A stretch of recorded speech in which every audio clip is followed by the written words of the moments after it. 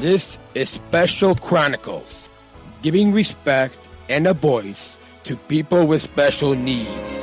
I shudder thinking how the world can be so cruel. I lend my voice to those who can't. It's time we try, it's time we care, it's time we stand. It starts with a voice. Welcome to the Special Chronicles show. My name is Daniel Smrokowski. I'm the founder of Special Chronicles and a Special Olympic Southern Tribal International Global Messenger and a Service Ambassador at United Airlines. Our website, specialchronicles.com, where you can stream our archives of over 750 episodes absolutely for free. And follow Special Chronicles on social media, Apple Podcasts, Spotify, or anywhere you listen to your podcasts. This week on the Special Chronicles Podcast Unified at Work series, Season 4, Part 5, we are live at O'Hare International Airport, and our returning guest is Oscar Munoz, former Chairman and CEO of United Airlines, here for an in-depth conversation about his newly released book, Turnaround Time, United and Airline and its Employees in the Friendly Skies. So the fasten seatbelt sign is now off, and you are free to roam about the friendly skies in this next hour of this podcast. So please put your virtual hands together as we go behind the scenes with the CEO who led United Airlines' remarkable turnaround, as we welcome back Oscar to the Special Chronicles show on specialchronicles.com. Welcome back, Oscar. Danny, thank you so much. It's so good to see you. Just walking around airport, seeing you in your native land, so to speak, as you work here, and all the other folks that we brought in so many years ago, and it's been always such a special memory of the time when we started, when we first did this way back. Yeah. Seems like so long ago, and it is always an honor to be part of your show. So thank you for having me. Awesome. Yeah, thank you for coming back. And when I heard about the book that you wrote, I thought our listeners would love to hear that behind the scenes look and know about what you're up to now. And so I'm sure, I think I was trying to do some research on when the last time that you were on, and I think it was back in October 2021, so a couple of years ago, episode 448. So we'll put a link if people want to go back and listen. But for any of our new listeners, why don't you reintroduce yourself and tell us about your connection to our United family and as well as our disability community. So two things. Those are two different audiences. I think for the so many new United employees that I've had a chance to sort of slowly meet around the system as I travel, I always finish the conversation after I get a little bit to know about them. I always say, welcome to the family, because that term is, I know, oft used, but it's one that I was very happy to be part of this United family. And so name's Oscar. I used to work here alongside Dan and so many other people, and I was one of the best years of my life. It's a place that truly changed me forever because of the way that I was treated by so many people in this company. So it's been a wonderful time. And to the special needs gentlemen, we when we were looking for an organization that carried our values, wanted to do the things that we were doing about uniting people and connecting the world. And when we started working with Special Olympics and Tim Shriver, it became more than let's support them and do events. It quickly progressed to, I have a phrase that I use called proof, not promise. Mm-hmm. And it's like, well, why don't we bring them in to work for us? Because, hard work is how we all get dignity and respect. And it was one of the things that I was trying. And again, it's not the easiest thing in the world for some people to do the job that we have and the hours and all that. But we found a way to make it work. And you're one of those examples many years later. So awesome. Yeah, I know. I've in helping and assisting many of our passengers here at the airport. There's so many of them that have thanked me for the kindness and professionalism that you just talked about. And I think now this October will be 4 years that we've been here, and what you just described, I think, is what we're doing now shows the perfect example of the success that when Special Olympics and United comes together, the powerful. I know that there was one of our United family members from, I think, Houston she commented and said that we're the missing piece to United. And so I couldn't agree more. I think one of the fundamental things that I've always said about working in this industry is that you have to fundamentally like people, because this is absolutely a people business. And I think what we found in your community is an amazing love, an amazing affection, and a genuine warmth towards other people. And it's how you want to be treated, and that's how everybody in the world wants to be treated. And I still remember the phrase that Tim Shriver used when we first forged this union between our two big institutions. At the end of his speech, he said, in a world that's increasingly divided, because we, Special Olympics, choose a world that's united with a play on words. And that play on words is something what I use for the book. Well, and I think, now to kind of bring it into your book, I think they also kind of play on those words of turnaround time. But I think I'm wondering if part of you and Tim talking about bringing us into the United family of how we helped United to kind of tone around the There's no image. question. There's no question. I think, with regards to the book, it's probably the longest love letter to United employees writ large that anyone's ever written. But everyone was a part of this, and clearly you and your teammates that we brought here into Chicago are part of that. There is something about the work that we do and about watching others exemplify the things that we need. We used to have this concept of the core four, and one of those was caring. And I think if there was a niche where you added so much to that, was that the concept of caring is native to you. It's not. I don't make a choice about whether I care for people, because it's just something that you personally do so well. And I'm constantly proud and amazed, and I watch your podcast all the time. Thank you. So happy for your success. Thank you. So in the book, and I'm blinking on the page that you wrote it. I've got a bunch of notes here and on my iPad, but you had wrote that leadership is an act of extended storytelling, and as when I'm not looking at United with doing these podcasts and telling the stories through audio and video, storytelling is I love hearing and people's stories, whether it's on a podcast, whether it's talking to our passengers as they board their flight. So I was wondering if you could comment on on what you meant by how leadership is an act of extended storytelling. It's if you think of history, if you think of movies we watch, there's always a story being told, and we're fascinated by stories because we pay attention to them. And with a lot of the stories that people tell, there's part of us in them, and so it connects. As leaders of organizations, it's sometimes easy to give speeches which are very prim and and perfect, and say all the right things in the right way. But as Maya Angelou, the poet, once said, it's not always what you say, but how you make people feel when you say it, or something to that effect. And I think storytelling and extended storytelling, especially in our industry, we all have stories. I mean, in your 4 years here, you could sit down with someone and tell 20 stories off the top of your head about warm, wonderful moments, heroic moments when the people in this airport made other people's lives so much easier and simpler by going out of their way to do that. And so what storytelling does for me, and everything that I've ever done in my leadership, is engage people in that way, because I'm not going to tell you to be caring. I'm going to give you an example of what caring means.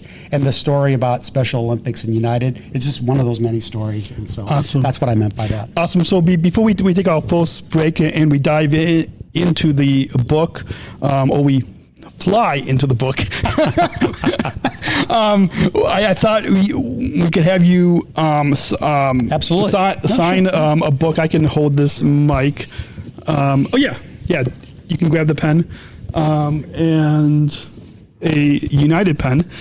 So I think the important part, this will be the first of 2 books. We just got these books, the actual physical books that just been released and sent to us.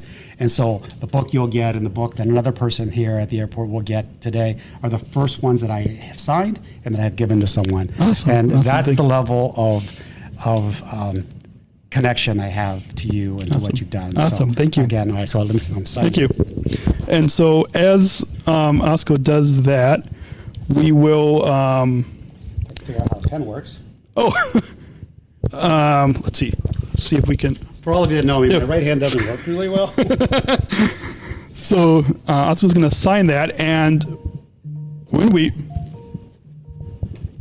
Oh, one of my phones is buzzing. I got my job done. His, we're working through that. Okay, so that's with that phone buzzing. We're gonna go ahead and take Everyone. we're gonna go ahead and take a break. Just a quick 1 minute break. When we come back, we will get to we will dive into Oscar's book right here on SpecialChronicles.com. Support for Special Chronicles comes from listeners like you. As an independent public media podcast, Special Chronicles will always be there for you. Now we're asking you to be there for us. As a nonprofit independent media organization, we can only make programs like Special Chronicles with listener support. Our programs provide weekly, candid, honest, and inspiring conversations about the people with disabilities community that creates awareness, support, and advocacy within each week's episode. Listeners tell us our shows are an enjoyable and necessary podcast for the intellectual and developmental disability community and everyone else who is able to listen to stories about life from a different angle. Please, if you and your family love our weekly podcasts, make a one-time, monthly, or annual gift of thanks today. Support this podcast at specialchronicles.com/give. That's specialchronicles.com/give. And we're back on our guest is Oscar Munoz. Now we can add author onto your title. Yes. And so why don't we begin and have you share with us how you began to write this deeply personal memoir. I see that also underneath your name is Brian D. Splinter, who is behind the camera here today. But can you talk to us a little bit about your connection with Brian Sure. and how you became to write this? And on top of it is the foreword Yes. is written by Walter Isaacson, who is arguably the greatest living American writer today and is part of the United Board and a friend as well. But I think the journey began, so Brian worked at United as well. He was a director of communications for the corporation, and he and I worked on so much of my tenure, so many of the issues that we face, the ups and the downs. So he was alongside with me all the way, and we've kept that relationship going. And over the course of COVID, as things kind of slowed down in the world, we began to reflect on the many stories, back to storytelling, and the wonderful things that were able to happen. But more importantly, on what I said in my last note to the United public is that, I came here to change United, but at the end, it actually changed me. And I mean that so much that the book just became to come together. And we started with events that happened that everybody knew about, and we slowly began to expand. And so there's a little bit of my life, my personal life, and how I grew up, and how my values were created. And then it grows into the company and the people that I met here, the issues we faced and how we handled them, and then the success that we had inevitably.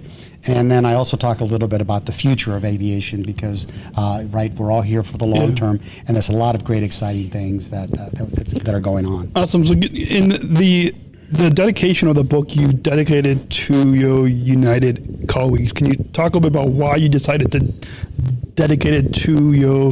I mean, it might for readers, it might be obvious by the cover of the book and even the subtitle. But can you talk to us a little bit about why you decided to dedicate it to all United colleagues? Again, it's almost verges on emotional how I feel about what we together were able to accomplish at United. Mm-hmm. And it was not myself, it was not my senior team, it was the combination of so many of your listeners that were part of this. And so the dedication, as you think through, my personal family, friends, and so many people that are part of my life that I could dedicate and acknowledge everywhere, when I rooted through all of that, it's just like my closing comment. I know at the end of the day, United changed me, and that's why I thank and acknowledge. And in essence, the tribute of this book is to all of you, and the dedication in front is exactly for the people that created, which is everyone that works at United. Awesome. And you in the book you tell us about briefly how United was before 2015. I know in getting to read through the Brian had sent me the manuscript to kind of read through to prepare for our time together today, and you had talked about your life before 2015 at your previous company, and one of the can you kind of tell us about how and why you decided to kind of tone things around so fast? When I first arrived, we knew, the world knew that things weren't running well. Our operations were good, our financials were good, our customers were upset. So you had all those, indicators that things weren't well. But when I went to listen all over our network, I really began to hear what was truly behind the concerns and the issues of the company, is that we had for so long disregarded our frontline employees, the people that actually touch the customer every day, that fix the aircraft, that throw the bags downstairs, the thousands of things that people do. We had lost them. We had lost their trust, and so they were disenfranchised and disengaged, and so the need for a quick turnaround, it wasn't a time-based thing, it was an emotional-based thing of connecting with everyone. And as you began to do that, that emotion grew, and people felt better about working here, felt better about doing the things they needed to do because they felt part of it. And that's my assessment of that. But there's many of you out there, for all of you that were here, you know the situation. For many of you that are new listeners and new to the family, you may read about this or you may hear about it, but the thing that was fundamentally most broken was the human angle, the dedication and focus of the employees every day.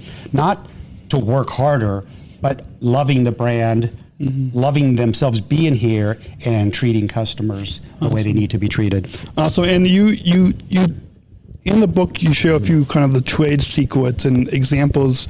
Can you share a few, maybe just for the sake of time, maybe just one or two brief examples of the story of how the world's largest airline went from looking like it was a slouching toward the bitter end of its 100-year story, and somehow found a way to turn itself around, reinvent itself, inspire itself, and emerge as a truly united airline. Can you maybe share one or two brief examples?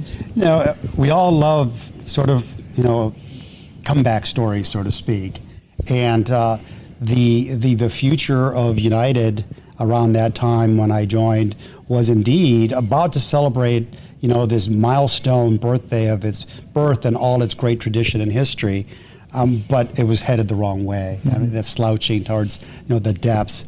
And the ability to bring it back up and get it to the place where it is and where it is today, it continues, is just a wonderful story that I was just so blessed and honored to be part of. Awesome. And before we take our next 2-minute break, and then we'll dive into just a few chapters. You talk about in a few of the chapters about how you put employees first. And I know I think my first few years here was your final few years here, or your final couple years here. You really highlight the fact in this book of how you really put employees first. Can you tell us briefly how you put how did your leadership? Maybe it's tied with that love of storytelling in your leadership. Yeah, it certainly is. I think it's an understanding over the course of my career, my upbringing, and my general sort of my philosophical approach to human interactions is that they should be that. Interactions between humans, not between somebody that's a senior person and one that's a lower level person. The concept of people first, people talk about it in business all the time. Mm-hmm. It's rare that people are able to do it because it takes effort. And so for me, the thing that I would sort of label most, that a lot of people know me for that have been here, was this concept of listen, learn, and then only can you lead. And so the desire and need to change the company and turn it around, if you will, what you do first was most important. Mm-hmm. And I went to the people, to all the front lines, to get an understanding of what that was about before I just launched into some analytical exercise, which would have borne some fruit, but it was fundamental that we have so many tens of thousands of employees that I think their viewpoint is very important, and often very much the thing we needed, and it proved out to be correct. Well, awesome, and I know in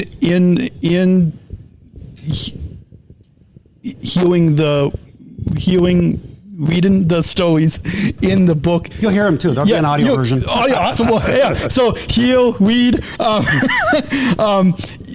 Our listeners will hear some of those really powerful, impactful stories that you highlight in the book. We'll dive into some of those after our next 2-minute break, so we can get some water and stretch. And so our guest is Oscar Munoz, author of Turnaround Time. We'll be back right here on SpecialChronicles.com. And support for Special Chronicles comes from ComEd.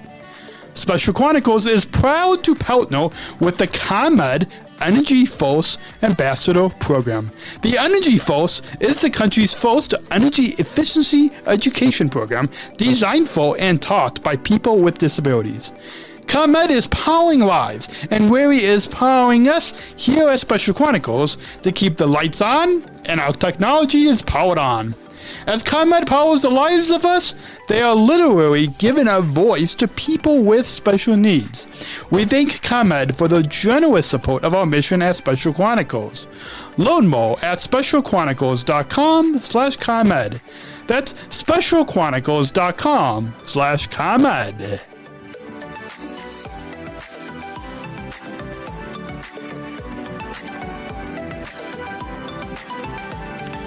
Support for Special Chronicles comes from United Airlines Bridge Disability Business Resource Group.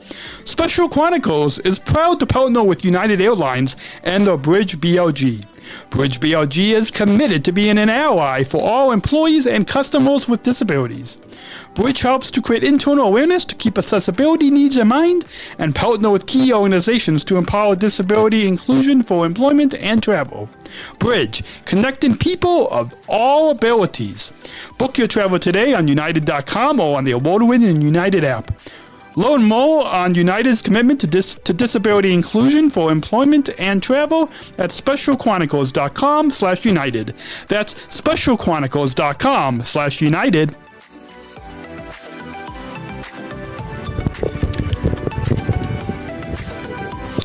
Our guest is Oscar Munoz, author of Turnaround Time and former United chairman and CEO. And as we dive into the book, we're not going to go through the whole book because it's over 200 pages, 19 chapters. But the rest of you should. The rest of you should, yeah. So we're only going to give you a few highlights of a few, but at the end of the episode, we'll let our listeners know where they can buy the book. But so hopefully this will whet your appetite to want to go and pick up the book. I know I posted a picture on LinkedIn, and there's tons of comments of people that are already pre-ordering the book. In the first chapter, you talk about above and below the wing, and for any listeners or readers who don't know about aviation, might not know some of these terms, and even before I came to United, I didn't even know, but you slowly learn, by being here, you slowly learn these terms. And so maybe first kind of briefly define for our listeners what above and below the wing mean, and then There's a quote in the first chapter that you wrote that the sun never sets on the NOC, and I love that image, and it's similar to our Special Olympics movement, which means Special Olympics International used to have a blog, and they had a tagline on the blog that said, "The sun never sets on the Special Olympics movement."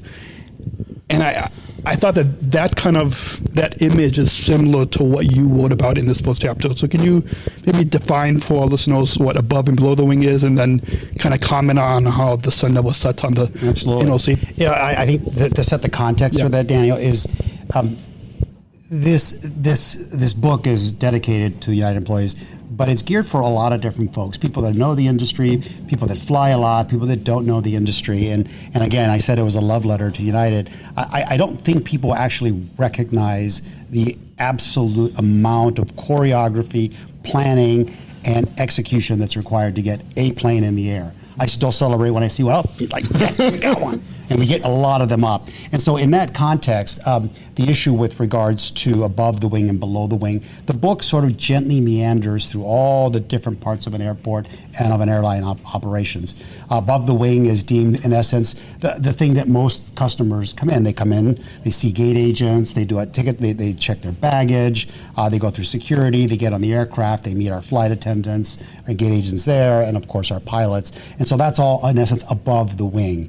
What happens below the wing is intense because those bags go somewhere in the bottom and they have to go from place to place, and the absolute cavernous amount of infrastructure that's below airports to handle everyone's bags, to handle all the movement, the fueling, the catering that has to be done.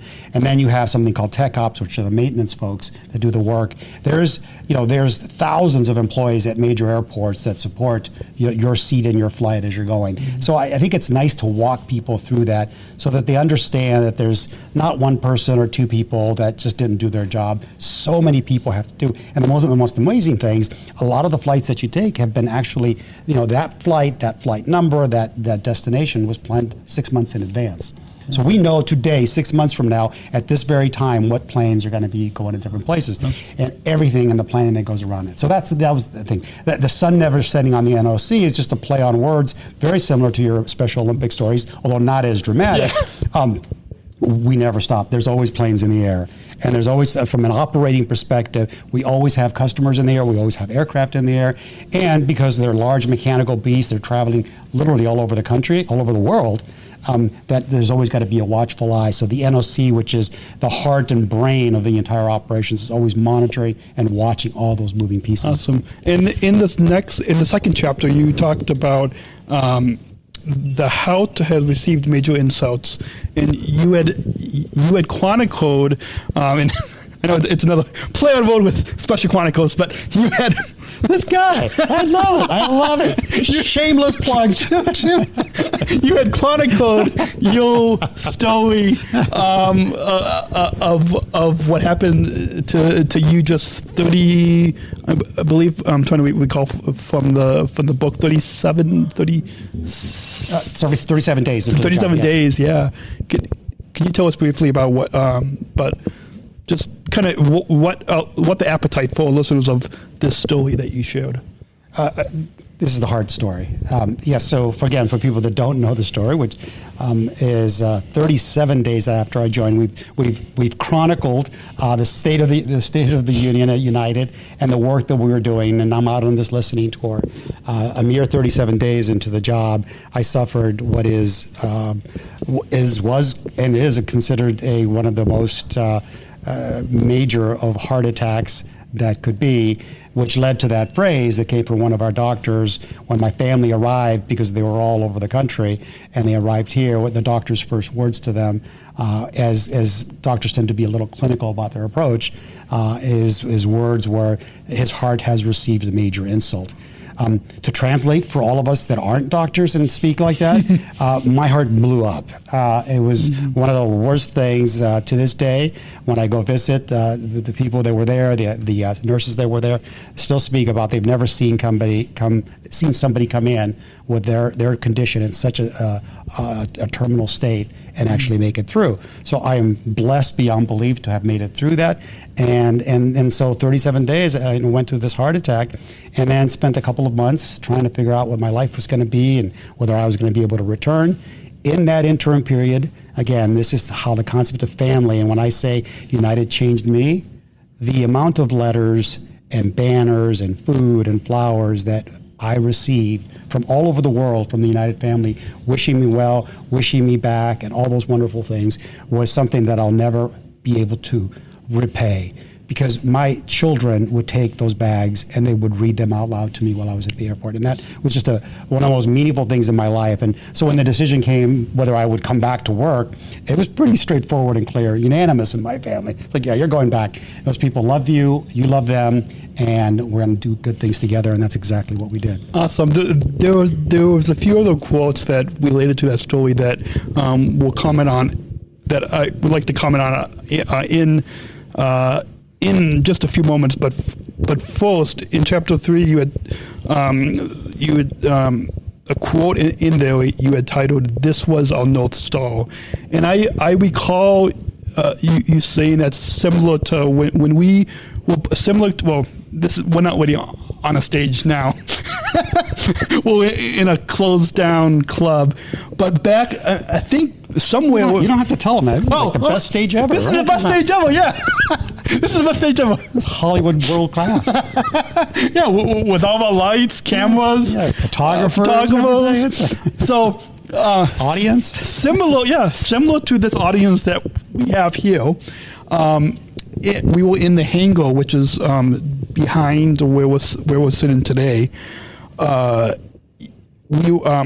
had hosted the Q&A at your farewell event here in Chicago.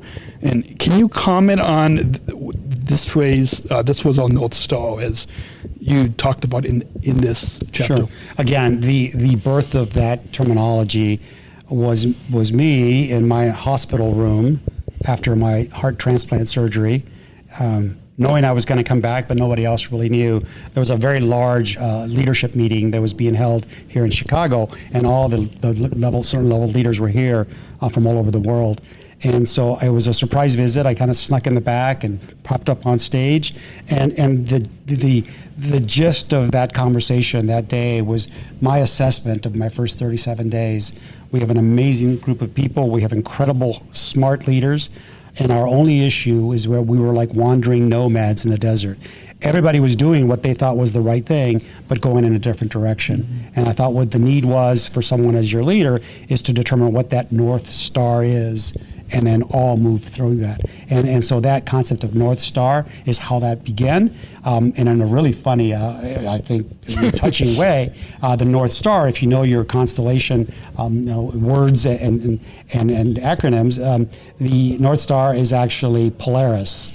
And where Polaris lounges and the Polaris concept that United uses and everything, that's the play on words between there. So all of these things have connectivity and connection. And at the farewell dinner, the farewell event that you have, it was important that I leave everyone with just as I left it.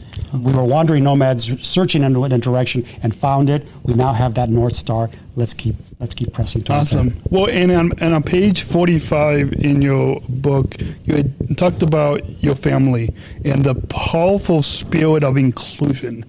Can you comment on, and this episode is, as the kids say, is dropping on May 1st, so the day before your book is released, and somewhat around the beginning of May, there's going to be a new video that is going to be released about how United is trying to be the leading, most inclusive, accessible airline. I've seen it. I can't share it yet because it's in he's bragging again. But it's Mr. Insider. It's a powerful video. I hope it is. And it will be shared externally, internally. Can you kind of comment on what you wrote about on page 45 of when you talked about your family and relate that to kind of the powerful spirit of inclusion? Yeah, I have several things. So I use the term La Familia, which is the Spanish word for family. And as all of us that speak different languages or understand different languages, the words that translate literally, sometimes the meaning is deeper. And I think in English, family means a lot of things as well. But there's a special thing in Spanish where La Familia has such an encompassing, inclusive, non-border-like cast. It's like, you and I would be cousins, right? And everyone's a cousin, everyone's a tío or a tía, aunt or uncle. And I think what we do in this company and this airline is above the wing, below the wing, across. When we were in our heyday, we all treated each other like United employees, fellow family members, and regardless of race, color, sex, or creed, we're a company because of we travel, we fly all over the world. We are as inclusive and as diverse as any organization out there. And so it's natural to us, but having the human connectivity and support, because all of us would do, most of us, I mean, I don't know everybody's family, but you would do anything for a family member, right? There's a lot of discretionary effort you would provide for those. So I try to talk about inclusion in that way, that it's beyond, hey, someone is of a different race, sex, color, creed, or background, as opposed to, we should just accept humans. And part of the Special Olympics aspects, part of me being here with you, is just that very proof point that it is so important to be in this divided world, choosing to be more united. Awesome. And in chapter 7,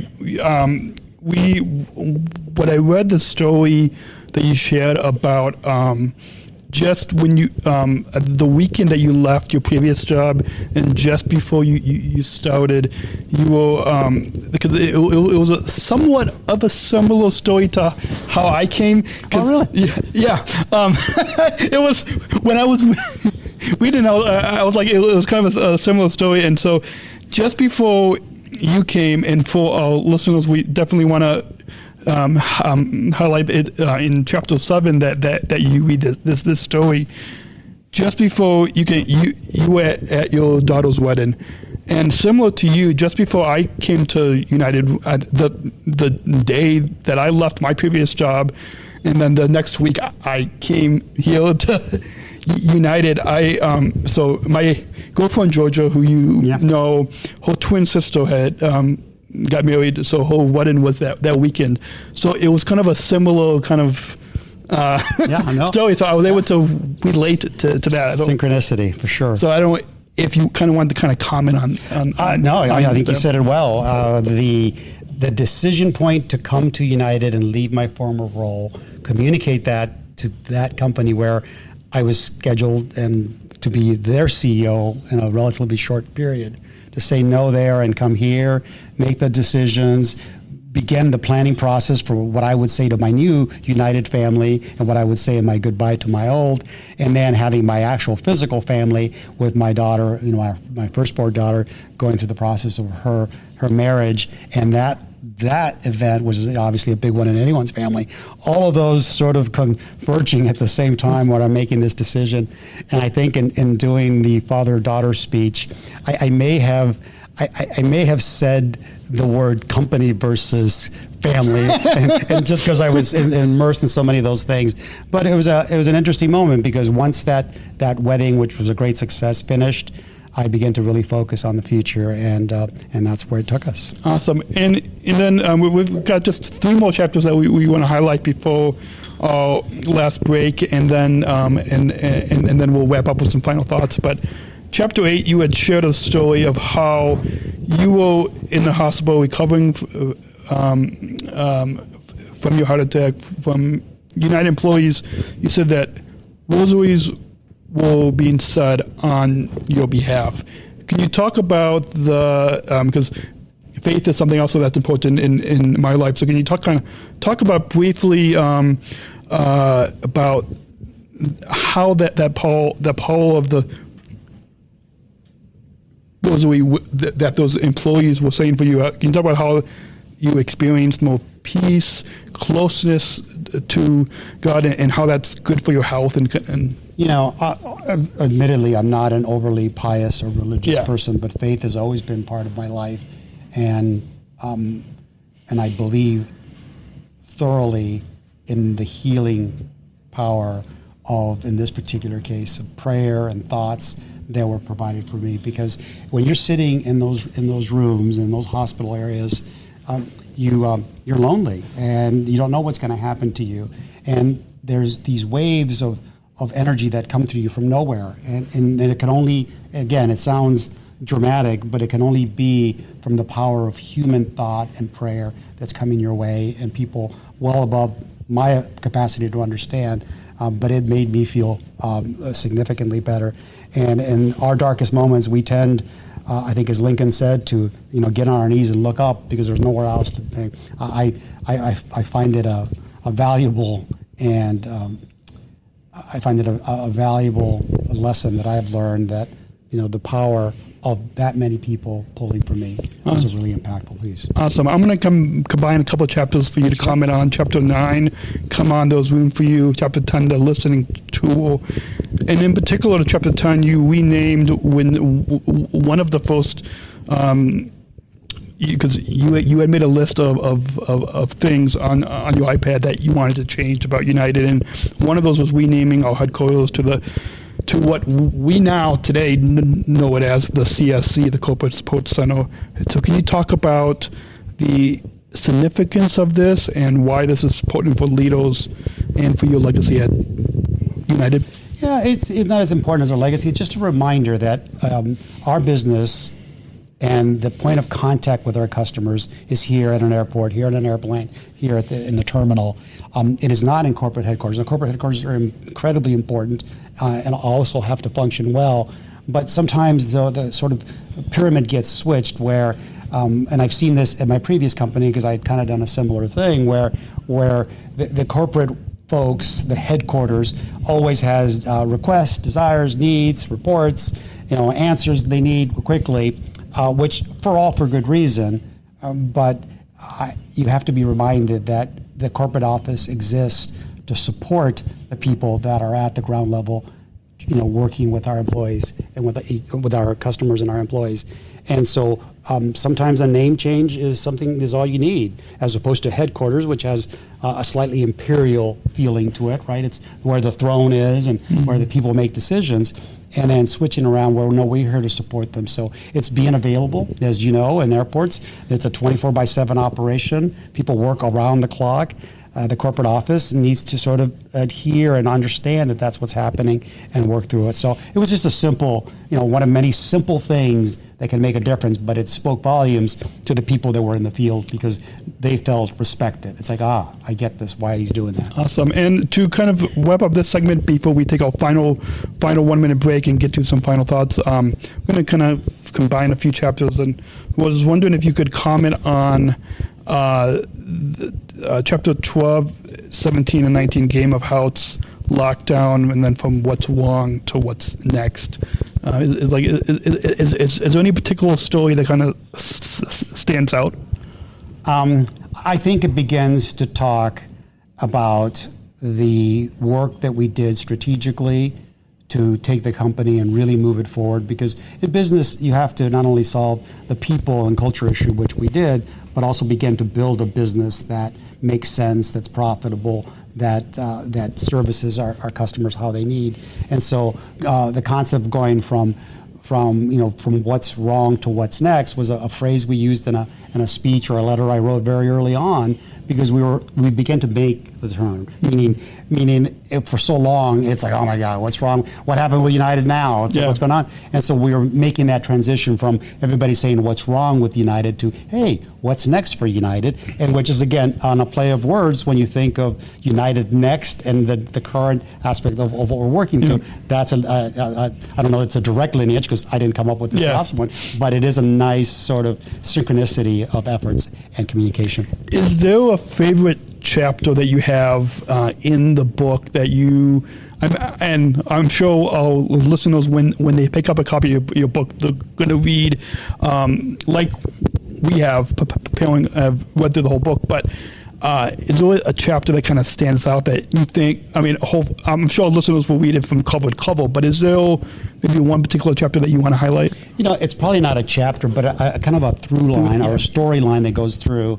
I think the foundation for who I am, for all of you that know me in the space and have met me and have spent time with me, the human that I am is a direct aspect of who raised me and my family upbringings.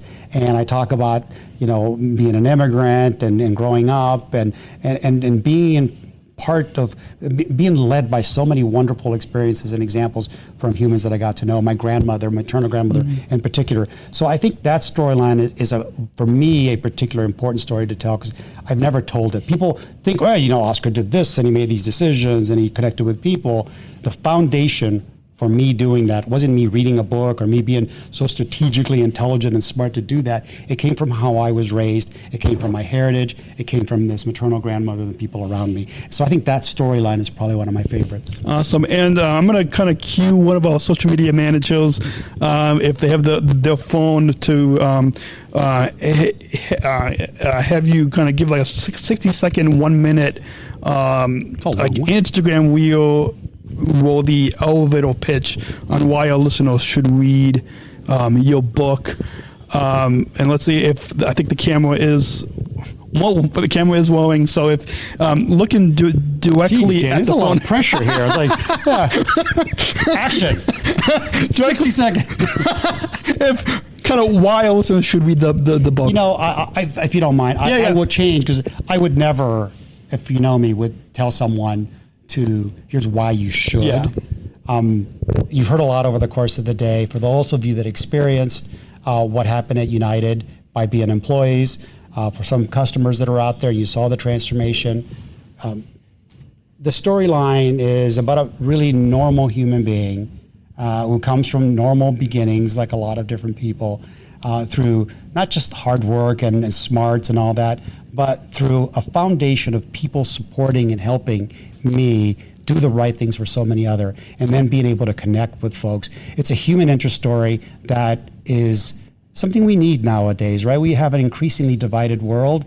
And again, this is a story that brings us back together. And so it's important that it has so many fun stories and so many really dramatic stories about the things that happened while we were here. And we've written it in a way that's a wonderful story and a narrative. It's not chapter by chapter. It all weaves throughout. You meet a lot of incredible people that you may or may not know, but we go a little deeper into them. And I tell you, it is more about my failures than my successes. And it isn't about me, although it is about me in a lot of ways. But I think it's an enjoyable read. I think you should give it a try. Awesome. Well, before we take that break, I want to kind of comment on what you said. You said that when our listeners read this book, it's a narrative, and when reading. Not the whole book yet, but no. Most of maybe about a third of the book I got through. I got that sense that it's a narrative, and what you highlighted about the failures, and I kind of felt that connection to those of us over 6 million Special Olympics athletes, where a lot of our stories is focusing on our challenges, and then when people get to know us, they see our accomplishments, and that's why I'm here. I think this is awesome that he's here doing this. So I think that's what you highlight and show through the narrative, that focusing on showing the challenges, but then showing how you're able to show leadership. And that's what, no matter it's in our special needs disability community, United family, or just any of our listeners who's listening and when we'll read this book. I loved how you kind of captured that. Thank you. They say that trust moves at the speed of vulnerability. And I think from business leaders' perspective, it's often forgotten that showing a little bit of yourself gets you a lot back, and it builds trust. Awesome. Well, we're going to take one final 1 minute break. When we come back, we'll get to some final thoughts and plug where you all can go read the book. And so our guest is Oscar Munoz. We'll be back in 1 minute, so 60 seconds, right here on SpecialChronicles.com. We'll be right back. Special Chronicles is hosted by Podcast Hosting, the easiest, most affordable option to get started in podcasting. At Special Chronicles, we proudly host our weekly podcast with Podbean and highly recommend you use Podbean podcast hosting to get started in podcasting today. Sign up for an unlimited hosting plan and get 1 month free now to get started in podcasting today when you visit specialchronicles.com/Podbean. That's specialchronicles.com/Podbean. Our live streams are powered by StreamYard, the easiest way to create professional live streams. StreamYard is a live streaming studio in your browser. Interview guests, share your screen, and much more. Stream directly to Facebook, YouTube, LinkedIn, and other platforms. Sign up for StreamYard today using our StreamYard referral link when you visit specialchronicles.com/StreamYard. That's specialchronicles.com/StreamYard. Well, as the cap of my bottle drops, we're back. Our guest is Oscar Munoz. You're going to ruin this beautiful stage we have. I know. At least the water didn't spill. That's the power of podcasting. We sometimes don't always pay attention during the break, but hopefully our listeners pay attention to the breaks instead of fast forwarding, which could happen. Anyways, very important. So this is your second time on the Special Chronicles show. Can you kind of share any final thoughts on your whole time here today in this here today, talking about your book, one of the first of two podcast interviews that you have done about this book. Any final thoughts? I think very simply, and I think you've heard it throughout the conversation. Oh, I should. Sorry about that. I forgot to unmute your mic. There we go. Here we go. I think my final thoughts on being here with you is out of sheer respect and gratitude. You were so kind to do and host that conversation when I had my going away party at the hangar, and it was wonderful to see you in action. It makes me very proud, and so this is another chapter in my life that's, pun intended, that is important, and I wanted to be able to share it with you. And awesome. And to get to some plugs, I'm going to put a banner up on the screen. If you're listening to the audio podcast, go check out the video on YouTube, Facebook, or LinkedIn on Special Chronicles. You can watch the video and actually see us. Can you let our listeners know how they can follow you on LinkedIn, Instagram, where they can buy this book that they see behind us, Turnaround Time? Sure. Yes, Oscar Munoz, at Oscar Munoz. I have an Instagram, I have LinkedIn. Both of those places is where I usually populate some things. The book can be bought at any bookstore, virtual or otherwise. It'll be released on May 2nd, so tomorrow, by the way of your contract. Yeah. So thank you. I'd love your support. I'd love your reading, but more importantly, when I see you, if I see you anywhere, I would be deeply honored if people would ask me to sign the book for them, because that would mean the most thing for me. Awesome. So we'll put links in the show notes to your website where people can buy the book, and we will also put a link to that last episode that you were on, and we got one final question before your next interview, and we sign off. And to introduce that final question, we're gonna go ahead and roll a bumper. Let's go ahead and roll that not just bumper. athletes. We are the ambassadors of an uprising. Peaceful protesters. In a rebellion against anyone Who has a fear of difference. Difference. Our demands are equality, Dignity. and the recognition of our Shared humanity. We will not stop. or accept anything less. Today, our world is More divided than ever. And coming together has never been more urgent. The revolution. Is inclusion. Find out more at jointherevolution.org. And ever since I attended the 2019 Special Olympics World Games in Abu Dhabi, just a few months before about 6 months before I started here, I've been asking all the guests one final question, and so I'll do the same with you, which I've asked you, I think the last time you won, honestly can't keep track of all the episodes. But this, as you know, inclusion and the inclusion revolution, as a listener was just told in that PSA bumper, is a big message in our Special Olympics movement. Inclusion, as you highlighted in this book, is important here at our United family. Can you share with us, what does inclusion mean to you? It means a lot of things. Oh, sorry, I keep getting done with the mic. You know, he's talking inclusion and he keeps shutting my mic off. I don't mean that. I don't mean that. You know, the word inclusion is such a broad word. It's used so often for so many things. And I think the way I think about it, as opposed to answering the question, is I look at my life, which is chronicled through the book in a high degree. Everything about my life has been somebody going out of their way to include me, to guide me, to give me support. And that is what has been provided to me. So my duty to care about others comes from the way I've been treated. So inclusion means treating everyone around me like they're important and that they're part of my family and how I would want to be treated by others. And so I don't focus specifically on underrepresented and colors, only because there's a lot of people that do that. Fundamentally, the human value behind inclusion is you've given a really strong hoot about someone else and really wanting to do something for them. So that's what it means to me, and that's how I try to live my life. Awesome. Well, thank you, Oscar, for taking the time, for flying in here to Chicago and talking about your book. Yeah, these guys that own airplanes, it's pretty easy.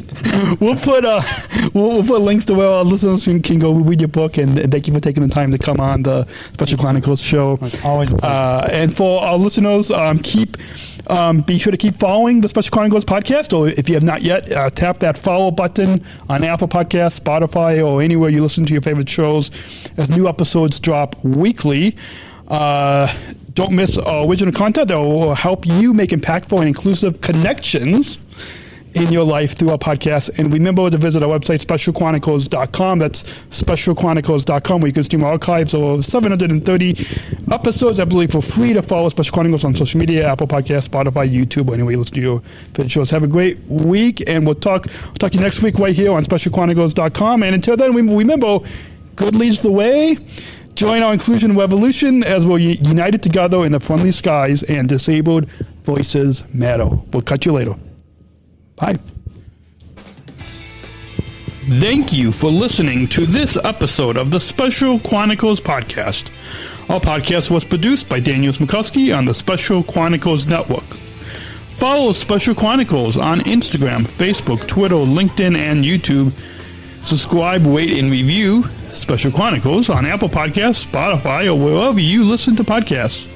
Our website, specialchronicles.com, where you can stream our archives of over 500 episodes for free. Also, there's a list of our favorites, original series, award-winning columns, and blogs. And sign up for our newsletter to receive exclusive bonus content delivered to your inbox. Again, specialchronicles.com. Special Chronicles is hosted by PodmanDan Podcast Hosting. Our live streams are powered by StreamYard. Thanks, as always, to our business manager, Adam Smrokowski, who always encourages us to never give up. I'm Daniel Smrokowski, back next week with more stories. Special Chronicles, giving respect and a voice to people with special needs.